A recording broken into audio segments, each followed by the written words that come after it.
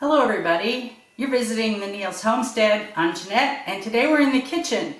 Last fall we were given deer by some friends who hunt on our property and wanted to share with us, and we ground the whole thing up into hamburger, and I put large bags of it in my freezer so that I could save it for the project that I want to do today. And what I'm going to do is make summer sausage in a jar. Several years ago I was at an Amish home and they were talking about that they raised ducks. They had a hatch flock where they sold the eggs to a hatchery. It was at the end of the season whenever they were through with their ducks, and instead of sell them to somebody, they butcher their ducks. And they cut the meat off and they make what they called duck bologna. And it gave me the idea that I would like to do that. I'm not exactly sure what they did with their bologna as far as curing it, but I have in my mind that they did it the way that I'm going to do it today, and that is to put my summer sausage, which I'm going to make out of the deer meat, into wide mouth pint jars and can it like that.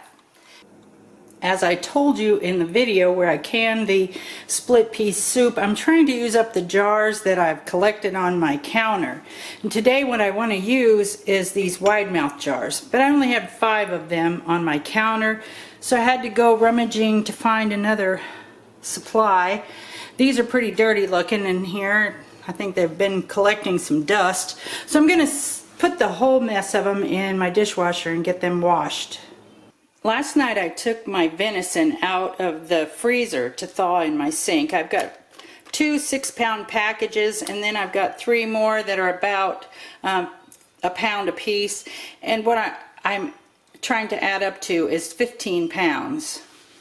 The other ingredients that I'm going to be using is Tender Quick, and this is a preservative kind of thing that they use in making summer sausage. I'll be using whole mustard seed. I'm going to use dehydrated onions along with dried garlic powder. I'll be using salt, liquid smoke, and then we come to more of the seasoning part, and you can kind of decide what you want to do. If you like your summer sausage spicy, then you're going to use more pepper. You can use black pepper, red pepper, pepper flakes, jalapeno peppers, that would be good in it. But what I'm going to use today, I have is some cayenne pepper powder, and then I have Cajun Seasoning. I've got 2 containers of this, and I want to use one of them up, and I think this will be a really good time to use it. What's in here is salt, which means I will have to adjust my salt for my recipe. Chili powder, paprika, basil, ground red pepper, laurel, and other spices. I actually have no idea what laurel is as far as a seasoning, what it tastes like in something like this. So I'll put the recipe that I have on my card here, which is a basic recipe for 5 pounds of meat, and then you can adjust it however you like it. If you want to have some different flavors in your summer sausage, you can choose. That's the beauty of doing this. Now I'm going to be putting them into wide mouth pint jars. That way it'll slide right out. I have my hamburger in this giant bowl here, so I have plenty of room to work it. I've got all of my ingredients measured out into this bowl, and I'm going to dump it in all at one time, except for the liquid smoke. And it's wet, so I didn't want to mix it in with the dry ingredients.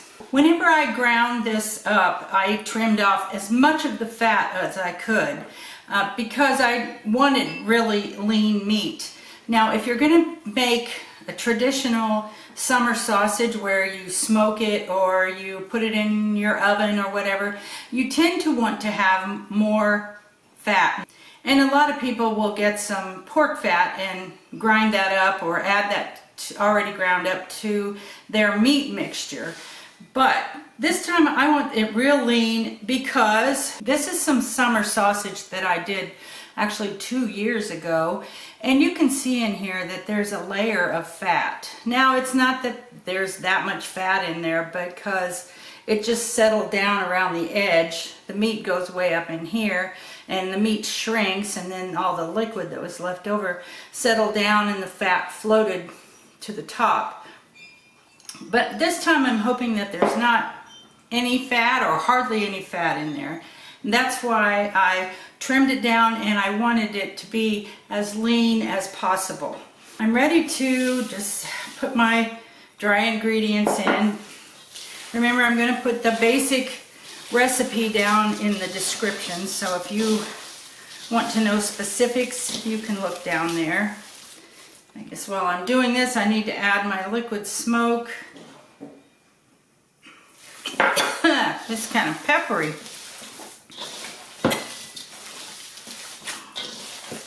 I'm going to work for a few minutes on getting this incorporated evenly.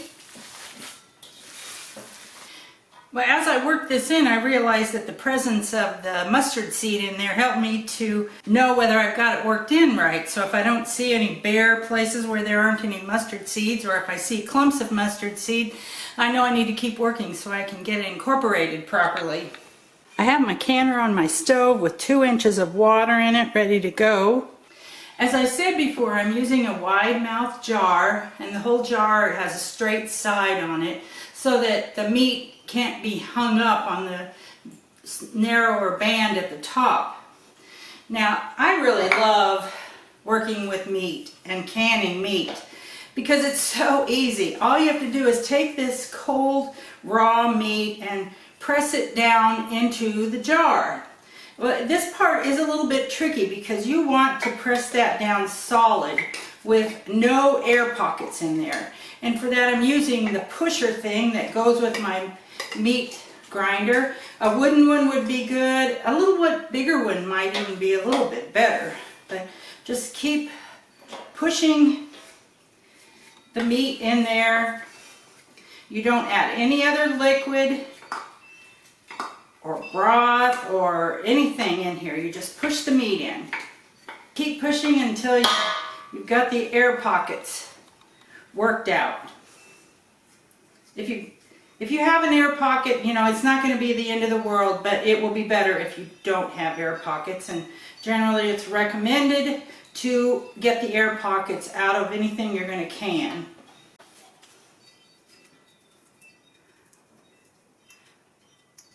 I'm putting this to within about 1/2 inch or a little bit more of the top.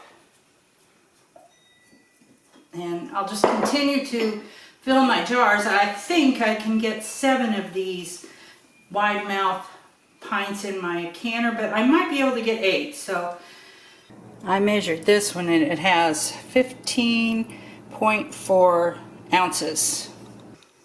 I went ahead and it did 8 jars in case I can fit 8 jars into my canner.